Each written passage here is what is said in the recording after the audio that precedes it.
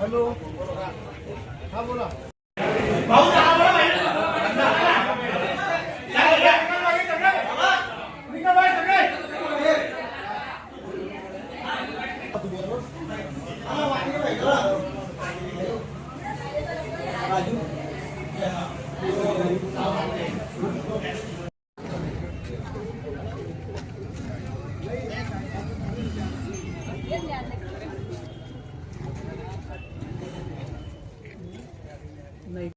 उपजिल्हामधून रुग्णालयामधून आमचे CMO doctor Prashant Mahajan sir यांना अपघाताची खबर लागली.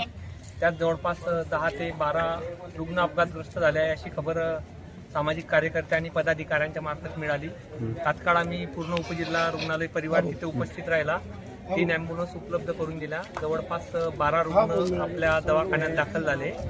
त्यातील 2 जणांना पायाला फ्रॅक्चर होते. त्यांना थोडे कास्ट करून प्रथमोपचार देऊन जळगावला रेफर करण्यात आले. आणि एक महिला होती, त्यांना डोक्याला मार होता. त्यांना स्टिच घेतले आणि CT स्कॅनसाठी जळगाव येथे रवाना केले. नंतर थोड्या वेळाने दुसऱ्या ॲम्ब्युलन्समध्ये कमलाकर भाऊंनी 2 महिलांना घेऊन आले. त्यांना आम्ही चेक केल्या असता त्या दुर्दैवाने घटनास्थळीच मृत होत्या. त्यांच्या नातेवाईकांना संपर्क करण्याचा प्रयत्न सुरू आहे.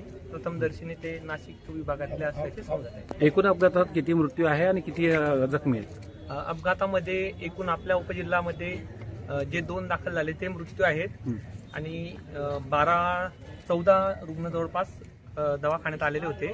बाकी त्यांची प्रकृती सेटल करून त्यातील 2 जे हेड इंजुरी होते त्यांना जळगाव येथे पाठवण्यात आलेले आहे.